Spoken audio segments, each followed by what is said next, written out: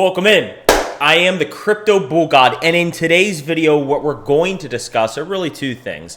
One, why Moonboys are killing XRP, and we're also going to get into the price action on XRP and discuss logically where price is going. If you appreciate the content, make sure to hit the thumbs up button, drop me a comment. You got to click that bell icon for notifications to know when I go live each and every single weekday for my daily TA live stream, all in the charts, where I take your TA questions on crypto.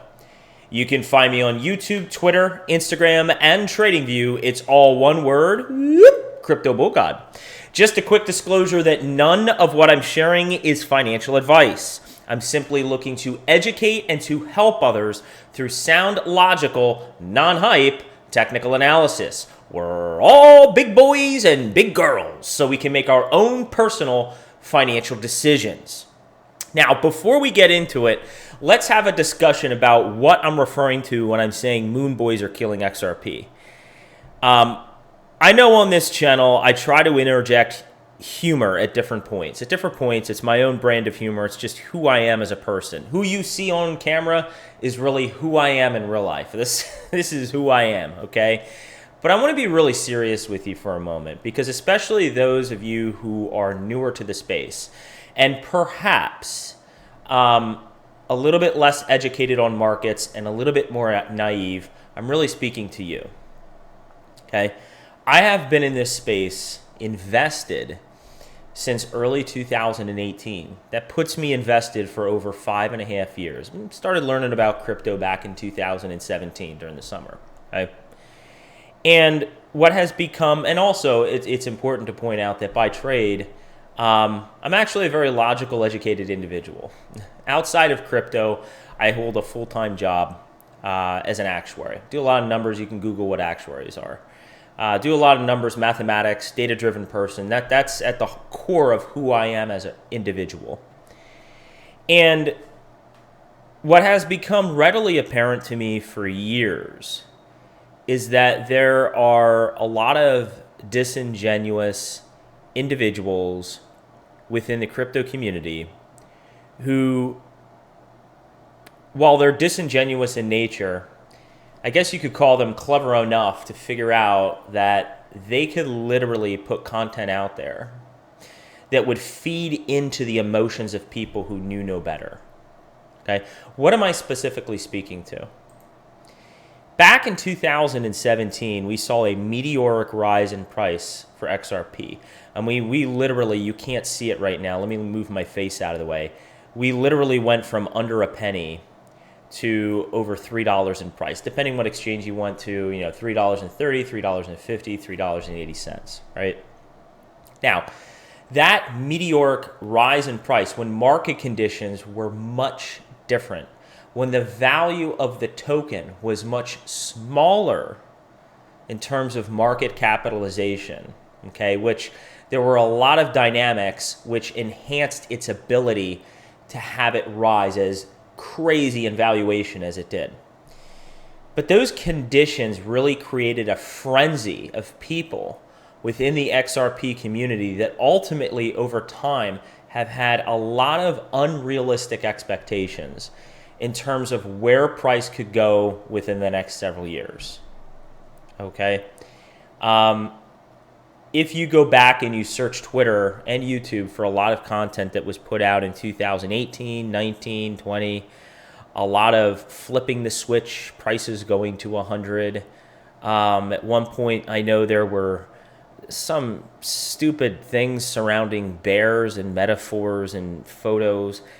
And the community wants to know why it's not taken seriously. Now, for those of you who have been subscribed to the channel for a long time, and you actually can see it at the end of this video if you do hang around long enough, at the outro of each video, you can take a look at my old background. My old YouTube background here, it used to be, I think it was on the left. I had my Bitcoin, a different Bitcoin wall canvas, and then right next to it, I had an XRP wall canvas. And there were two reasons for that. And that was because, one, I've been a supporter of what Ripple has been going after with payment remittances. I've done a lot of research on it and what they're trying to do with XRP. So I've been a huge supporter of the project in general and in terms of what Ripple has been doing.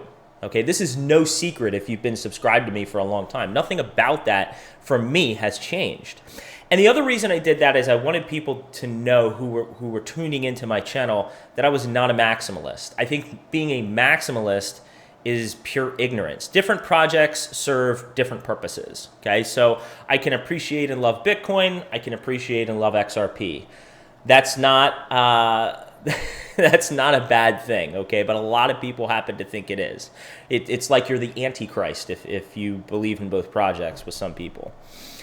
But what I noticed there were a lot of people, without going into names, I'm not going to name any names, but you had a lot of people doing things like this. Well, if we just take this fractal from back in 17 going into 18, and we just project this to the current times from the beer virus lows, you can easily see that XRP is going to go all the way up towards 28 bucks, or hell, maybe they'd put the fractal here. Maybe they'd expand it a bit. This takes it up to over $40. It's just some unrealistic bullshit like this. And people that don't know any better would really think that a multi-billion-dollar asset like that within the span of 6 months would reach a multi-trillion-dollar asset in the matter of and this fractal from 17, if you're following people who literally just take fractals with no context and are pasting them over other areas of price area without providing you any context like this and really putting things out there that are just so mind-boggling, just not even possible, okay?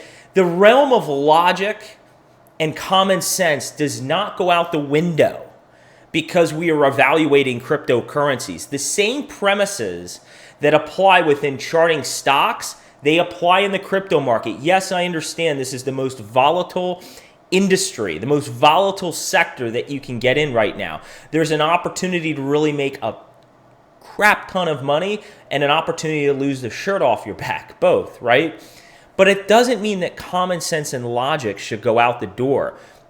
The market conditions and the valuations were much lower back here, okay? There was a lot more, even though market manipulation runs rampant now, as it does even in traditional stock markets, there was a lot more opportunity for market manipulation back here for a multitude of reasons, not to mention the lower market cap. You're not going to see a similar price move. Could XRP one day hit $30 or $40 or $20? Of course, I think that's very possible years down the road. But I don't see that happening this year or next year. But there are a lot of people that have recognized, and you can call them clever. I'm careful to use that word, but I guess they've been clever enough to put out YouTube videos, to put out things on Twitter for pure engagement off of the emotional frenzy of the XRP community. It's a big reason why a lot of people don't take that community seriously. Do you not understand? There are people who see that. They see that opportunity, that there are a lot of uneducated, frankly, people out there that if you put a video out, if you put a photo out on Twitter on XRP going to $50 or $30 or $20 this year, they're going to buy into it. They're going to want to click that video. They're going to want to subscribe to you. They're going to want to follow you because they are telling you something that you want to hear emotionally. You want to know that your investment is going to that valuation. Guys, let's keep things in perspective, and we're about to delve into the charts. XRP didn't even break its all-time high. It didn't even break its all-time. Look at how high we went in price. We went up to like $2.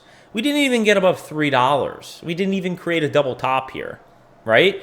Is the chart setting up for an explosive move up in 2024, going into 2024, in early 2024? Absolutely. I think we could hit a couple dollars in 2024. I think that is reasonable. But to think this thing is going to pull some move similar back to 17 next year, just please do yourself a favor and don't feed into that. Again, just because we're examining cryptocurrencies doesn't mean that logic and common sense flies out the window. Really ask yourself some hard questions if you believe that next year XRP is going to $100. Someone's going to flip a switch and all of a sudden we're going from 50 cents to $100. You know, the last video I put out on XRP that I had wanted to get out before the lawsuit was because, again, I saw all of this clickbait material that was feeding into the emotions of this over 2 year long lawsuit, that once Ripple won the lawsuit, that XRP was just going to shoot up to like $20 or $10 or $50. I just saw so much BS, and I wanted to get that video out before the lawsuit news dropped, and unfortunately I got it out a couple days later. The week I wanted to get it out is just so happened that was the week that the lawsuit news dropped, which was interesting. Don't believe in coincidences in life, but that was a coincidence. So I didn't get it out ahead of the lawsuit news. But in that video, I really wanted to talk about how, yeah, we could see some sort of huge pump up in price to $1, maybe $1.20, but we'd see, you know, some sort of healthy sell-off at that point because prices would be overextended. But again, you really have to ask yourself a question if you're invested, in this case in XRP, some of the fundamentals associated with this project and you believe in it. Are you going to remain invested in this project and have some logical, rational price targets for yourself that you're willing to sell out at that seem reasonable in nature, right? That you're not creating a silo environment for XRP and all of a sudden we're going to expect unrealistic things for this asset class because of all the hypey things you're hearing about. Every world government's going to use XRP. Everyone's going to flip a switch and it's going to $1 billion. Or are you going to choose to invest in this thing because of the fundamentals, because the chart looks good right now, it really does. And based on the chart, you're going to create some sensible areas that this price could go, and base your investment thesis on that as well. Really ask yourself that question, because I really believe that a lot of Moonboys in this space are preying on your emotions and killing XRP. They're really putting a bad taste in the mouth of people from the outside looking in, just seeing a lot of this stuff from other communities. There's a lot of other hype in other communities, don't get me wrong, but there is no hype that I have seen like any other in the XRP community from a lot of people who are, again, just preying on your emotions. I support Ripple, I support XRP the project, I support what they're going after there, but I do not support people that prey on other people's emotions and are putting things out that are disingenuous and unrealistic in nature. There's a difference between having a good call or a bad call and owning up to that versus just doing something that is not in good character and good faith. That is a word that's a good term to use here. Something that is being done that is not in good faith just so that they can get views and subscribers and followers, and it's disappointing to see. So just be smarter, guys. Be smarter. Let's get into the price action. So as I always say, with that being said, let's get into it. All right, guys, we're going to focus on three main charts here. We're going to take a look at the 3-day, weekly, and monthly. Now, interestingly enough, at the time that I had recorded the monologue, I actually recorded that, I believe, on Sunday, several days back. And at that time, the chart had looked a little bit more bullish in nature. Of course, the price action this week, if you're following, hasn't come in very bullish for crypto. So the charts aren't looking as bullish for XRP and the rest of the crypto community, but it hasn't taken a serious hit. Let's get into it right now. On the 3-day, guys, if you tuned in to the last XRP video that I created, if you caught that video, what you would note in the video, guys, and this kind of goes along with the monologue that I provided at the top, when we were running up here, I said be very, very cautious. And what I had signaled to everyone in that video, go back and watch my last XRP video, I had mainly signaled an area between roughly 58 and 49.5 cents. This was the main area that I signaled and said if we got back down to this zone right here, I can't make this any brighter orange. If we got back to that zone between roughly 58 and 49.5 cents, I would be a buyer, but I'm not buying anywhere near up to these price levels up in 70 and 80 cents, right? Look at what we got. We actually got a huge amount of volatility that took us all the way down to 44 cents. We went all the way down to 44 cents, right? we retraced this entire move, okay? This entire move was completely retraced. Not very bullish. Very similar to what we're seeing on the daily at present time on recording on Thursday for Bitcoin. This is not very bullish in nature, okay? We really need to zoom out on the weekly and monthly to get more comfortable that the macro view is more bullish in nature. But at least on the smaller, lower time frame data here on the 3-day, this is not very bullish, okay? You can see that we did get a golden cross on the 3-day chart, which is great. The 50 is crossing above the 200. Now, what we really need to do is we need to maintain price levels above this 49.5 cent range.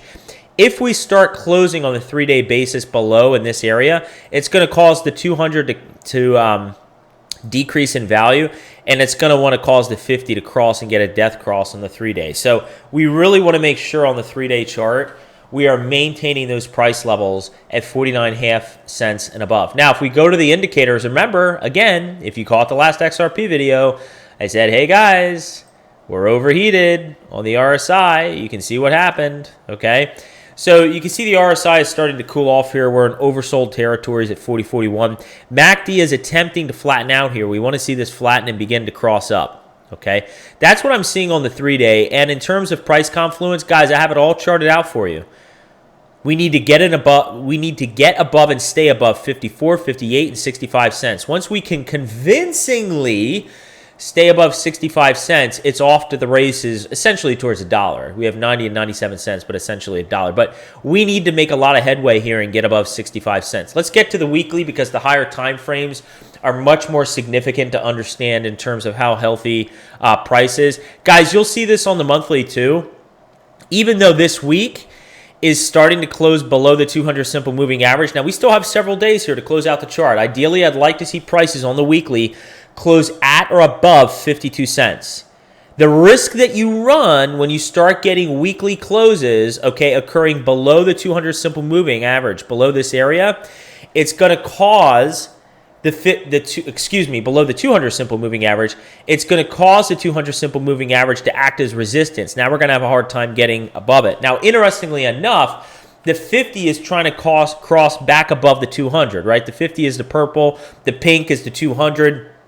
So we could get some sort of reaction where price is sort of coiled in this area. What's it going to do? Does it want to drop or does it want to go above, right? Because theoretically, because we're above the 50 simple moving average, it should act as support. If we're below the 200, it should act as resistance. So if we get caught in this area, it's going to be interesting to see what prices decide it wants to do. But again, you'll see this on the monthly, but what I love to see about this chart, kind of zooming out, we sort of have this rounding bottom playing out, right? This rounding bottom. You can see the higher highs and higher lows. I don't need to sketch it out for you. You can see the higher lows and the higher highs coming in. I love to see that, okay? Now, if we zoom into the technicals, okay, you can see the stochastic RSI has completely lost momentum. Again, we gave away all of this positive rise in price here. We had this huge volume coming in, monumental rise in price, okay? We ran up from 47 cents all the way to nearly $1. We gave it all up. Okay, we completely corrected all the way back down here. As a result, what has happened now, the RSI has dipped to 48, not tremendously oversold. It's oversold, but almost at neutral levels, but the stochastic RSI is what I'm looking at. We're at 0. The stochastic RSI is at 0.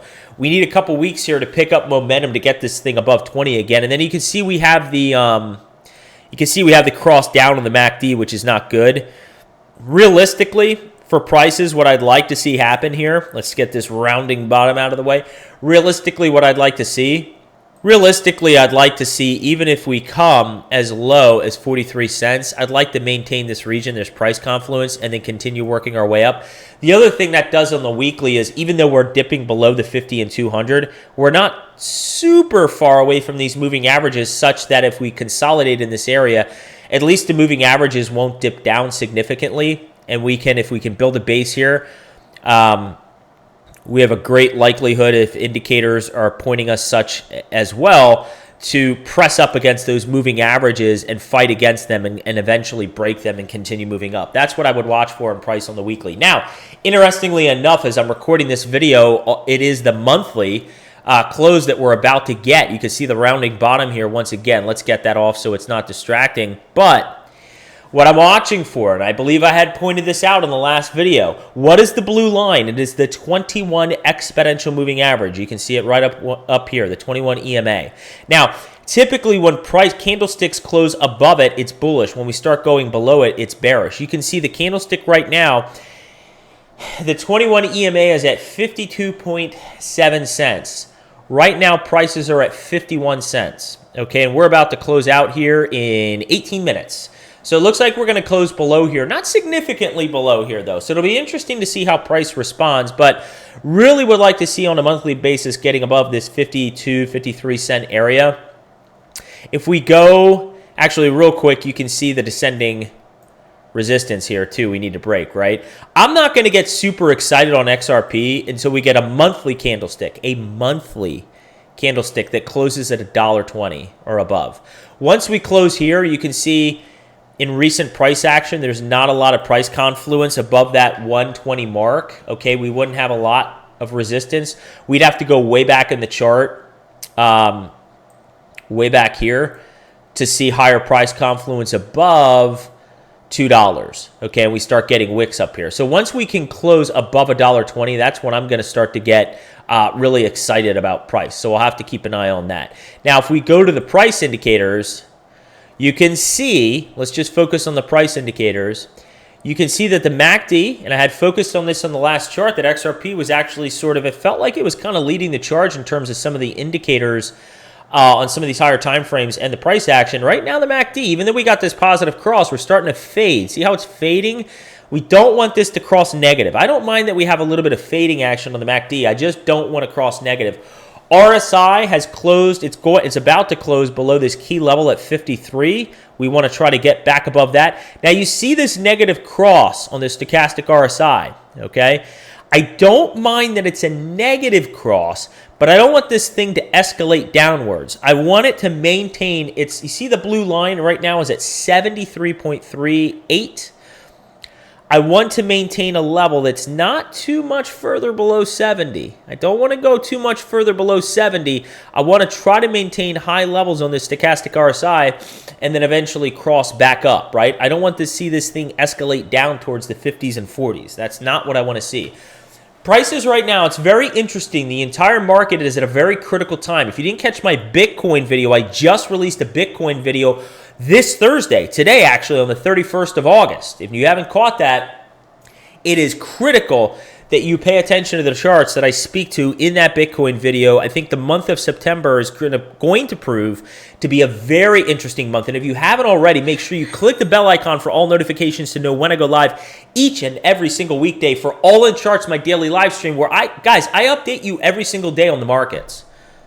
We have spoken a lot about what is going on in the crypto markets. And if you're not tuning into that every day, you are not current in terms of what my thought process is, how markets are responding in the moment, in terms of what I'm also anticipating in the future. Make sure you tune into that. It's all notifications to know when I go live each and every single weekday. Make sure you hit that thumbs up button. Show some support for the channel. I put a lot of effort into this, and some appreciation would be very much appreciated. Appreciation would be very much appreciated. Make sure you drop me a comment. Share what you liked about the video and what you didn't like about the video. And until next time, everybody, let's all spread awareness and let's carry the education forward. So what you gonna do, $5 on Crypto Bullguy and his crypto maniacs and the entire cryptocurrency market run wild on you?